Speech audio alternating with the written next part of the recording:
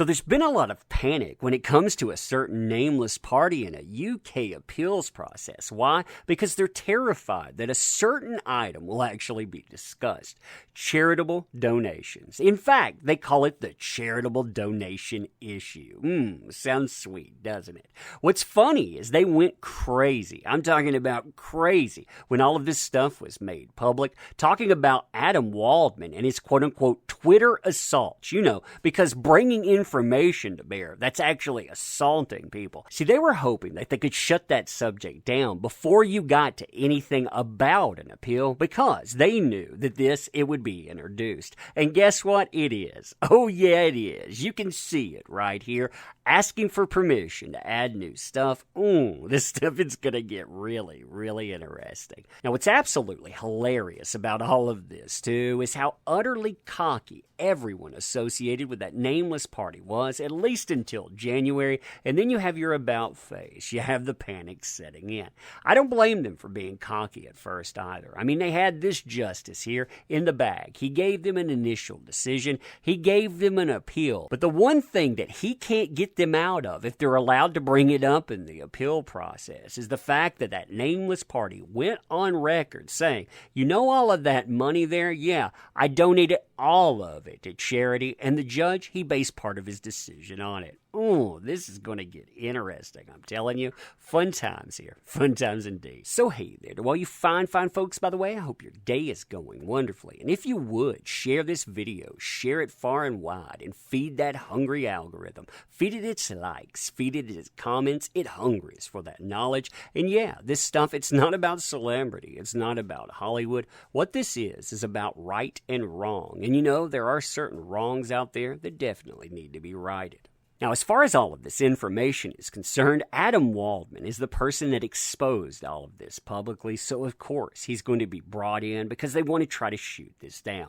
They want to say, oh my God, how dare he bring this up and he bring it up publicly. If you don't know the background to it, I'm going to review this very, very quickly. 2016, high-profile breakup. You know all the accusations that are hurled JD's way. His response to that is, you were just in it for the money. So that nameless party says, you know what? I'm going to give it all away. They say that legally bindingly, too. And they say $3.5 million, you can see that mentioned here, will be given to the Children's Hospital of L.A.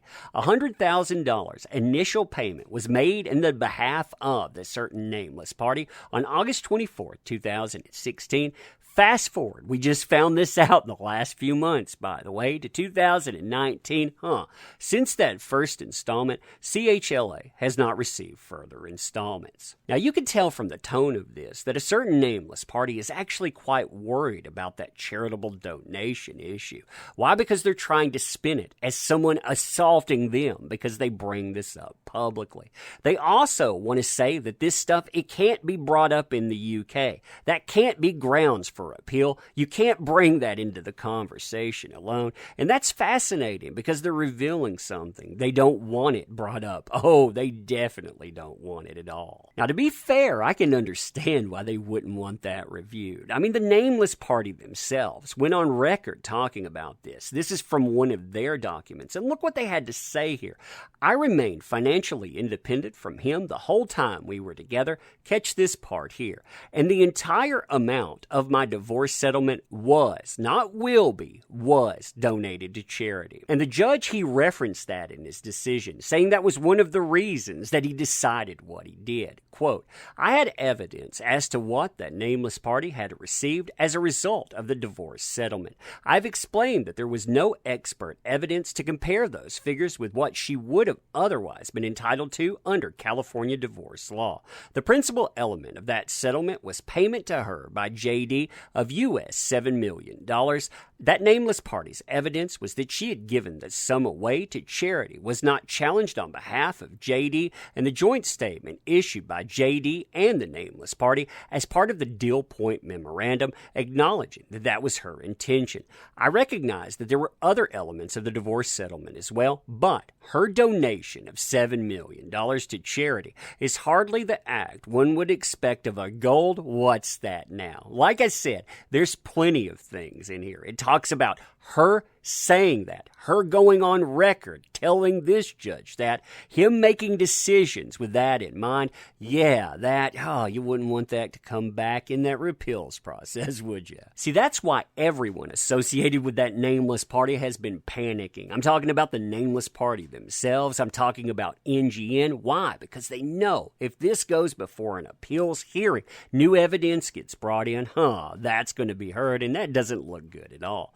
That's why this document here, it has to scare them quite a bit. If you read this, let's read it together. Let's see what's here. So you can see the stamp on it, of course. That's making it legit. You can see both stamps here. And reading this, let's just hear this. On consideration of the appellant's notice and accompanying documents, but without an oral hearing, in respect of the application for permission to appeal, and on considering the applicant's application by his notice dated the 14th of January, 2021, for permission to adduce further evidence. So, if you look at this, what they're talking about is the introduction of not just evidence, but further evidence, bringing up things that, I don't know, might have slipped through the cracks like, charitable contributions. Now, like I was saying at the beginning of all of this, anyone associated with that nameless party, they were cocky at first. I'm talking about really, really cocky. They felt they were the ones on the offensive.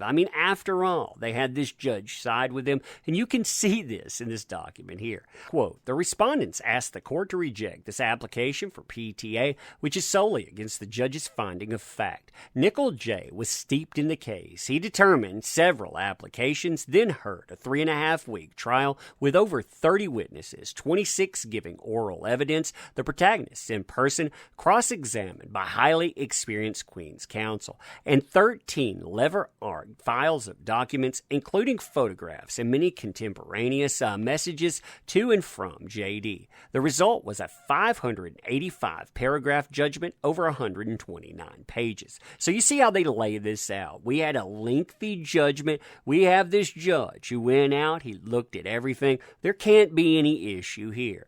Now, the Court of Appeal will only rarely review a finding of fact, particularly when based on oral testimony. And here, this is their quote here. Listen to all these quotes. I love quotes, by the way, because when you look back at this, you could drive a semi through some of these holes.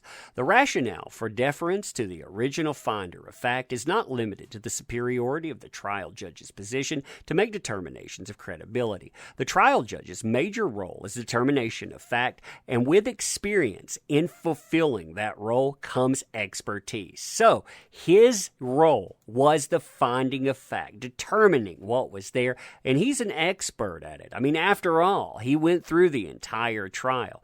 Duplication of the trial judge's effort in the Court of Appeals would very likely contribute only negligibly to the accuracy of fact determination at huge cost and diversion of judicial resources. We don't want to go back through there. After all, he looked at everything, right? Everything except, what he made a decision on here. Oh, man, that is embarrassing. That is utterly embarrassing. Now, they bring up the idea that JD got a fair trial, which I did a video on the justice here. I did one on conflict of interest. I'm not going to bring all of that up, but I would say if you haven't seen that, definitely watch it, because that'll bring up this point, and it will shatter it. He should have recused himself. He should have done it right from day one.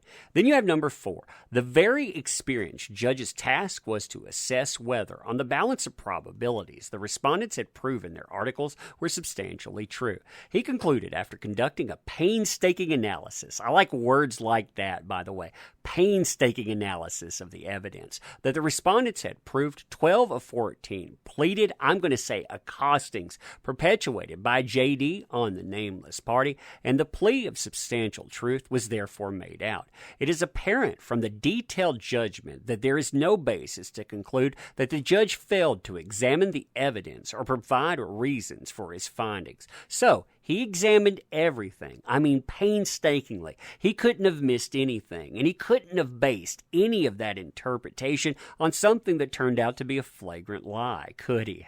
Like I said, you can drive trucks through this freaking argument. Now, I skipped a portion because of the type of evidence it was discussing. You know, it's a no-no here, but at the same time, if you want to go through the entirety of this document, let me know in the comments, and I'll consider going through, redacting certain portions, but reading the entirety to you.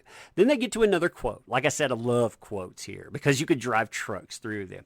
The parties to the cause on appeal have already been forced to concentrate their energies and resources on persuading the trial judge that the account of facts is the correct one. Requiring them to persuade 3 more judges at the appellant level is requiring too much.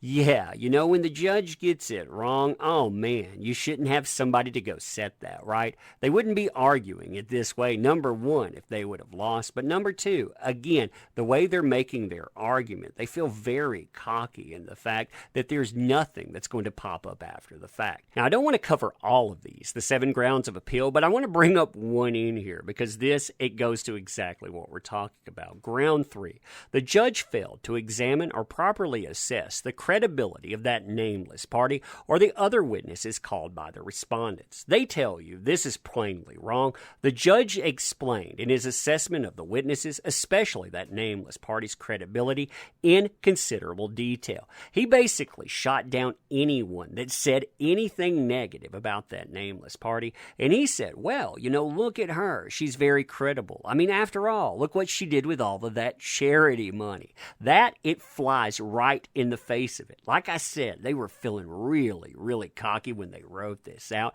but if you go in and you address that as grounds for appeal, oh man, this stuff could get golden. Now, there's more to that document too, but my point is that these folks, they're panicking now. They're trying to say that it can't be looked at. You don't want to know about that stuff, and even if you see it, well, you can't judge someone's character on it. They actually brought that up in Virginia as well. Why? Because they know how bad this looks, especially considering that lie, it went on for years. And well, if someone's willing to carry that lie through the media, telling it over and over again, what other lie might they carry out? I wonder. What do you think about that, by the way? Let me know in the comments. And as always, I appreciate the heck out of you. You make this stuff possible. You, nobody else. So thank you. I do appreciate it. If you want to help the channel out too, there are plenty of ways to do it. We have plenty of links in our description there. PayPal, Patreon, merchandise, membership, and of course our comic book.